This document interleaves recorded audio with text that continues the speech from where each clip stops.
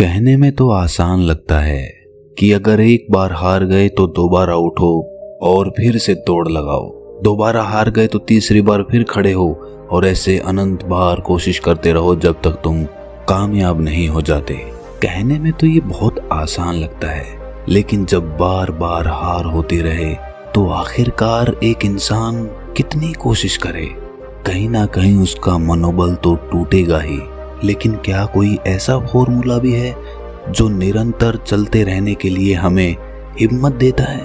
तो इसका जवाब है हाँ, और इसका जवाब आपको इस कहानी में मिलेगा।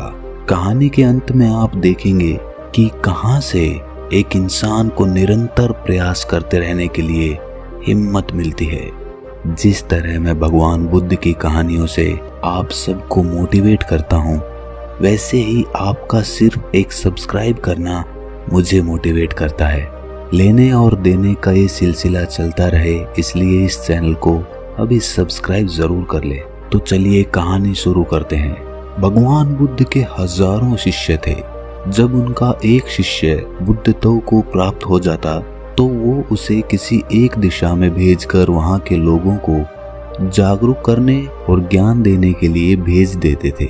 बुद्ध का एक शिष्य बुद्ध के सानिध्य में 6 सालों से था। वो एक दिन महात्मा बुद्ध के पास आया और बुद्ध से कहा कि हे बुद्ध, मुझे आपके पास 6 साल हो गए हैं।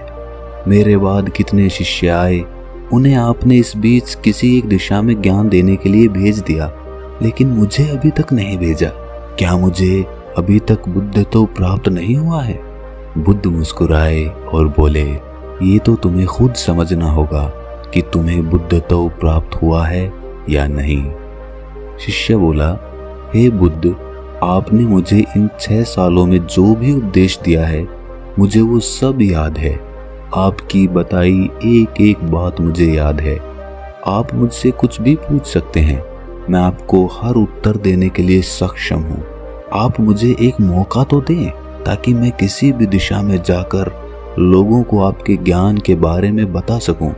बुद्ध ने कहा, ज्ञान की बातों को याद रखने से कुछ नहीं होता जब तक आप उसे अपने आचरण में ना लेकर आओ। जब तक आप किसी चीज को अपने आचरण में नहीं लाएंगे, तब तक आप दूसरों को नहीं कह सकते कि वो उसे अपने आचरण में लेकर आए।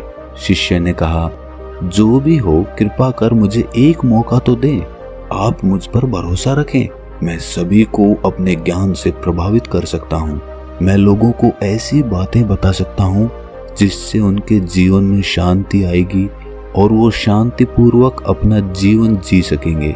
बुद्ध ने कहा, अभी तुम तैयार नहीं हुए हो। जब तुम तैयार हो जाओगे, मैं तुम्हें खुद सही मार्ग पर जाने के लिए कहूँगा।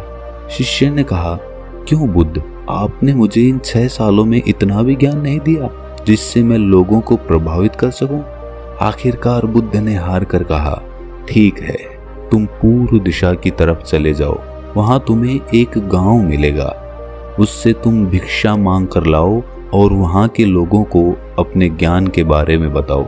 कल सुबह तुम वहां अकेले जाना और शाम को आकर मुझे बताना कि तुमने कैसे वहां के लोगों की मदद की। वो शिष्य ये सुनकर बहुत खुश हो गया और बुद्ध का आशीर्वाद लेकर वहां के लिए चल दिया।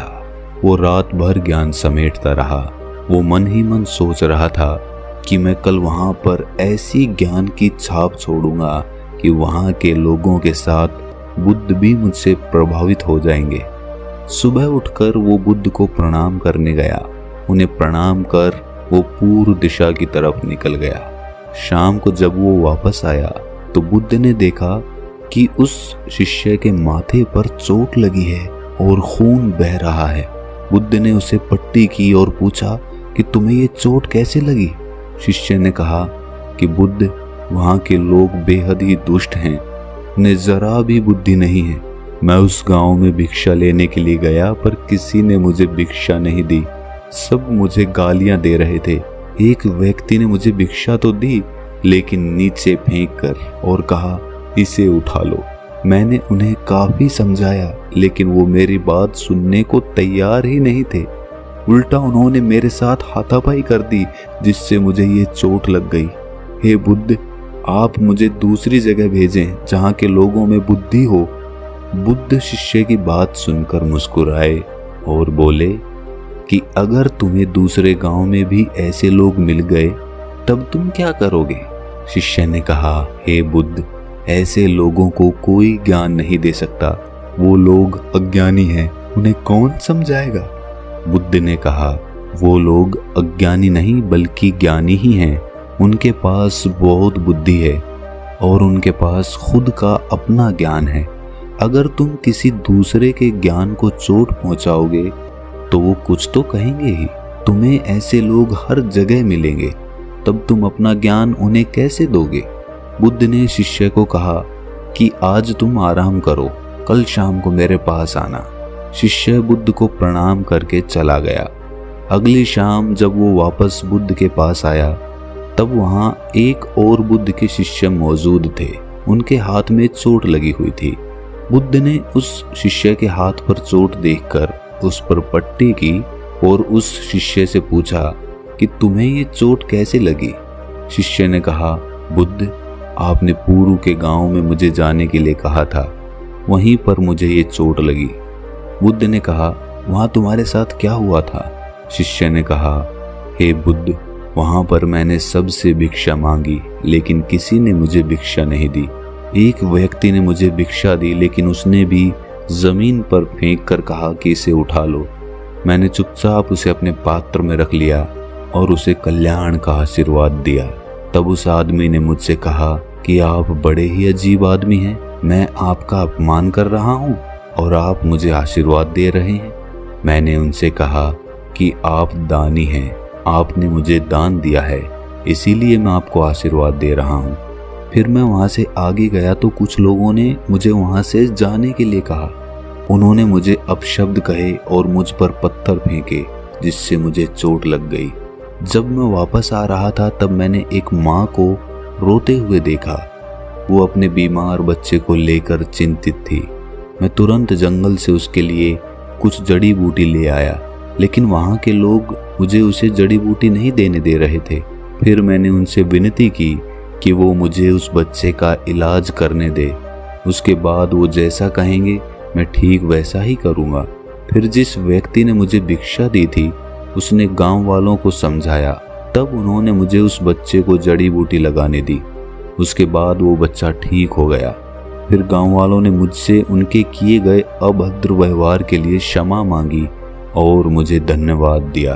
फिर मैं वहां से वापस आ गया। हे बुद्ध, मेरी आपसे एक विनती है। उस गांव के लोग बहुत भोले और सीधे साधे हैं। क्या मैं रोज उसी गांव में जाकर भिक्षा मांग सकता हूँ? ये सभी बात वो पहला शिष्य भी सुन रहा था।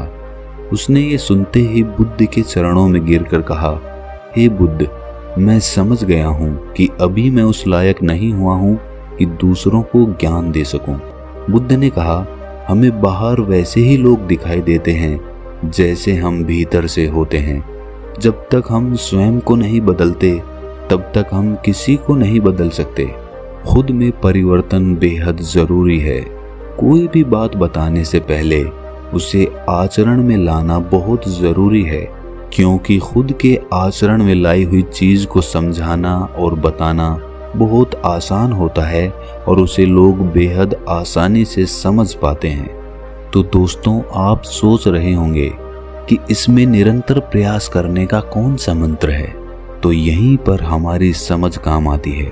इस कहानी में दो पात्र थे। दोनों पात्र वहां से चोट खाकर आए। एक पात्र उनको गालियां निकालने लगा, लेकिन दूसरा पात्र फिर से वहीं जाने के लिए कहने लगा। ऐसे ही जब हमारे जीवन में कोई कठिनाई आती है या फिर हमारा प्रयास विफल हो जाता है, तो या तो हम उससे मुंह मोड़ लेते हैं या उस काम को कभी करने की कोशिश ही नहीं करते हैं। लेकिन दूसरी तरह का पात्र उसी काम को करने का नजरिया बदल देता है। वो उसी नाकामयाबी में कुछ ना कुछ मोटिवेशन ढूंढ लेता है। जैसे एक नवजात बच्चा होता है, उसे शुरुआत में चलना नहीं आता है, वो बार बार चलता है, फिर गिर जाता है, वो फिर उठता है, फिर चलता है। उसके लिए वो गिरने का और चलने का एक खेल बन जाता है। उसके लिए वो मनोरंजन बन जाता है। उसको वो कोशिश नहीं लगती, उसको वो खेल लगने लगता है, क्योंकि उसके पास कोई दूसरी चीज करने को होती ही नहीं है। और हमारे पास करने को बहुत सारी चीजें होती हैं, इसीलिए हम जब एक चीज में असफल होते हैं तो हम दूसरी चीज की तरफ भागने लगते हैं। लेकिन अगर हम 100 जगह मिट्टी खोदने की बजाय एक ही जगह पर मिट्टी खोदते रहें तो एक दिन वो कुआं बन जाएगा और उसमें से पानी भी निकल आएगा। इस बात को अपनी गांठ बांध लो कि हर नाकामयाबी आपके लिए एक नया मनोरंजन लेकर आए, और अगली बार उसी काम को करने के लिए आप एक नया नजरिया लेकर आए। एक नए नजरिए से उस काम को देखने की कोशिश करें और फिर देखें कामयाबी आपके कदम चूमेगी। अगर ये कहानी आपको अच्छी लगी तो इसे अपने दोस्तों, रिश्तेदारों और मित्रों के साथ साझा जरूर करें, और ऐसी ही कहानी सुनते रहने के लिए हमारे चैनल को सब्सक्राइब जरूर कर लें और नोटिफिकेशन बेल को ऑन कर दें। तो मिलते हैं अगली किसी कहानी में, तब तक के लिए अपना ख्याल रखें।